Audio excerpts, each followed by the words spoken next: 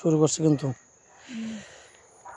আসসালামু আলাইকুম সুপ্রিয় দর্শক, আপনাদের ভালোবাসা আসলাম এক অসহায় মেয়ের কাছে, আমরা শুনবো তার জীবন কাহিনী। আসসালামু আলাইকুম। ওয়ালাইকুম আসসালাম। আসসালামু আলাইকুম। হ্যাঁ আপু, কেমন আছো তুমি? আলহামদুলিল্লাহ ভালো আছি, আপনি কেমন আছেন? আল্লাহ তাআলা খুব ভালো রাখছে। তো যাই হোক, তোমার নামটা যেন কি আরেকবার দর্শক বন্ধু জানতে চায়। আমার নাম হচ্ছে রিয়ামণি। রিয়ামণি, বাড়ি সিলেটে। সিলেট। তোমার ফ্যামিলিতে তোমার আব্বা আছেন? হ্যাঁ, আমার বাবা আছে। তোমার আম্মু কি হয়ে মারা গেছেন? আমি তো ছোট ছিলাম, তুমি জানো না? না জানি না। তো যাই হোক, তোমার ফ্যামিলিতে আর কে কে আছেন? আমার ফ্যামিলিতে আর কেউ নাই, আমার আব্বা আর আমি। ও, তুমি একাই? তো খুবই কষ্ট। তোমার ফ্যামিলিটা কে চালাচ্ছেন? আমি চালাচ্ছি। তোমার উপরে চলছে? তুমি আগে শুনছিলাম তুমি বাসা বাড়িতে কাজ করছো। বাসা বাড়িতে কাজ করলে তোমার কোনো প্রবলেম হয় না? কেউ বাজে প্রস্তাব দেয় না? হ্যাঁ, বাজে প্রস্তাব দেয়, কিন্তু অসহায় যারা তাদের তো মানে বাজে প্রস্তাব দিও। তারপরও কষ্ট করে কাজ করতে হয়। হ্যাঁ, তারপরেও কষ্ট করে, যেহেতু আমার বাবা অসুস্থ, সে কোনো কিছু করতে পারে না, খাওয়ান তো লাগবে, পেট যেহেতু আছে, কাজ করে তো খাইতে হইব। মানুষ কে কি কইছে না কইছে এটা তো আমার টাইম নেই। হ্যাঁ, বুঝতে পারছি, তোমার কথা লজিক আছে। যাই হোক, তুমি এখন আমাদের ভিডিওতে কেন আসছে? কেউ যদি তোমাকে অর্থ সহযোগিতা করে, তুমি ওটা নিবে? 10-20 হাজার টাকা দিল, 500 টাকা দিল, সে যদি খুশি মনে দেয় তাহলে অবশ্যই নিব। নাকি তুমি বিয়ে করতে চাচ্ছ, কোনটা? শোনেন, বিয়ে তো করবো, সে মানে সে যদি খুশি মনে আমাকে দে যে আচ্ছা ওই মেয়েটা দিও, তাহলে তো ভালোই, সে ভালোবাসে আমাকে দিল। আর যে বিয়ে করবো সে তো বিয়েই করবে, বুঝতে পারছি। সবাই তো আর বিয়ে করবে না। না না না।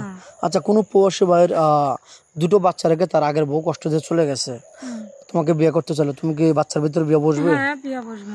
বাচ্চার সাথে কোনো খারাপ ব্যবহার করবে না তো? কেন করব? মানে যে মা জন্ম দিছে সেও তো মানে যে কোনো কারণে করে ফেলাইতে গেছে, তো মনে করবো তো আমি তো সে মা। তুমি মায়ের মতো আগলে রাখবে নাকি?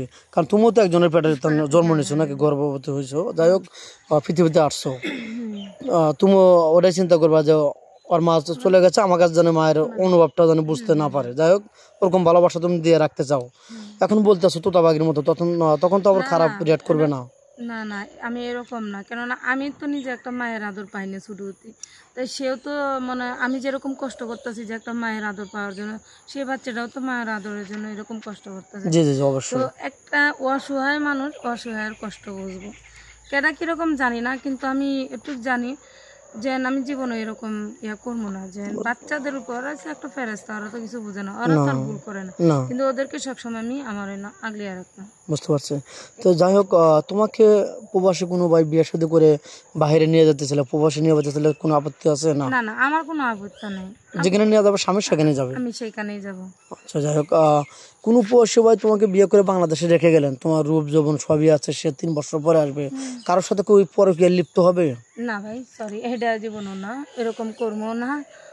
কারণ প্রবাসীরা কষ্ট করবে তার ওয়াইফের জন্য, তার বাপ মার জন্য। আর তুমি যদি ওখানে কষ্ট দেয় তাহলে তার উপরে কষ্ট কিছু হয় না। কষ্ট করতে গেছে, তাহলে আমি কেন আর একজনের সাথে পরকীয়া করতে যাবো?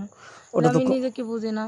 আমি নিজে কষ্ট করে যে কাজ করে খাইতেছি, আজকে যদি আমি কষ্ট না করতাম তাহলে কিন্তু বুঝতে পারতাম না, তাহলে ছেলেদের পিছিয়ে লেগে থাকতাম। জি জি। কিন্তু এরকম এখন কি তোমার শুধু দায়িত্ব নিলে হবে না, তোমার আব্বার দায়িত্ব নিতে হবে আবার? আমার আব্বার দায়িত্ব নিলে তো ভালো, যে বুঝবে যে না ওর যেহেতু কেউ নাই, তাহলে ওর আব্বাকে একটু দেখি, না দেখলে কিছু করার নাই, জোর তো নাই আর কি। যাই হোক, তোমাদের থেকে ঘর বাড়ি ভিটে আছে, কোনো প্রবাসী ভাই তার ওয়াইফ টাকা নিয়ে চলে গেছে, তোমার বাড়িতে বাড়ি করে থাকবে, বিল্ডিং করবে বা বাড়ি করে থাকবে তোমার বাড়িতে, তুমি কি থাকবে? তাহলে তো আরো ভালো হয়, তোমার আব্বাকে দেখাশোনা করা হইলো নাকি। ওরকম জায়গা তো আছে নিজের বাড়ি করার মতো, নিজের শুধু অ্যাফিলিটি নাই বাড়ি করার জন্য, কিন্তু জায়গা একটু আছে। অনেক প্রবাসী ভাই আছে তার ওয়াইফ টাকা পয়সা নিয়ে শূন্য করে দিছে, নিঃস্ব করে দিছে একদম। এখন একটা আশ্রয় চায়, মানে মেয়েটাও তোমার প্রতি খুশি, তুমিও তার মধ্যে খুশি, তার কিছু টাকা আছে, তোমার বাড়িতে বাড়ি করে তোমাকে নিয়ে করে ধরে খাবে, তাও তোমার আপত্তি নেই? না না, আমার কোনো আপত্তি নেই। তাহলে তো দুজনের পক্ষে ভালো হয় কিন্তু। তো যাক, দর্শক বন্ধু শুনতে পারলেন, মেয়েটা তার বাড়িতে একটু জায়গা আছে, আপনি বাড়ি করে তাকে নিয়ে চলাফেরা করে খাইতে পারবেন, কোনো আপত্তি নেই। আর কোনো প্রবাসী ভাই দুল ওয়াইফ থাকে তাও সে বিয়ে বসবে, দুল তার ওয়াইফের অনুমতি থাকে, আর একটা মেয়ের জীবন সে নষ্ট করতে পারবে না। তো যাই হোক, ওর কথাটা আমরা বলে দিলাম, ও খুবই নার্ভাস, আর ক্যামেরার সামনে আসে খুবই লাজুক প্রতীকের শরম, যাই হোক লজ্জাবোধ করে। এখন তোমার স্বামীকে তুমি কোনটা তুলে, মানে কি ভালোবাসা, মানে কি খাওয়াবে, মানে এরকম তোমার কোনো আছে যে আমি আমার স্বামীকে এটা ভালোবাসে রান্না করে খাওয়াবো? আমার স্বামী কোনটা খাবে এটা তার আমি জানি না, ওটা জানার পরে খাওয়াবে নাকি?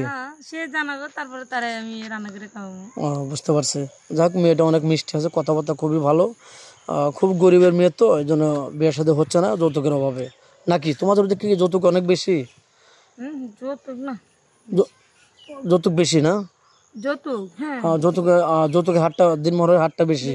কত টাকা নেয়? 2 লাখ। 2 লাখ 3 লাখ টাকা একটা গরিবের, তাহলে তো অনেক টাকার ব্যাপার। 2 লক্ষ টাকা কই পাবে? তোমাদের দিন হয় না, দিন খাইতে পারো না। তো যাই হোক, নাকি ভুল বললাম?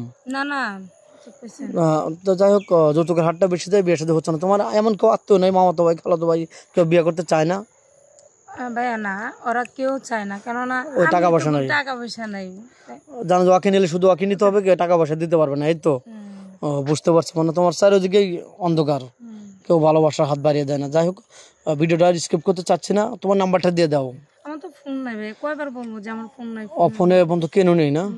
তো যাই হোক, মেয়েটা কোনো ফোন নেই, আজ পর্যন্ত ফোন কেনে নি, বাবা অসুস্থ তো, ফোন দিয়ে কী করবে?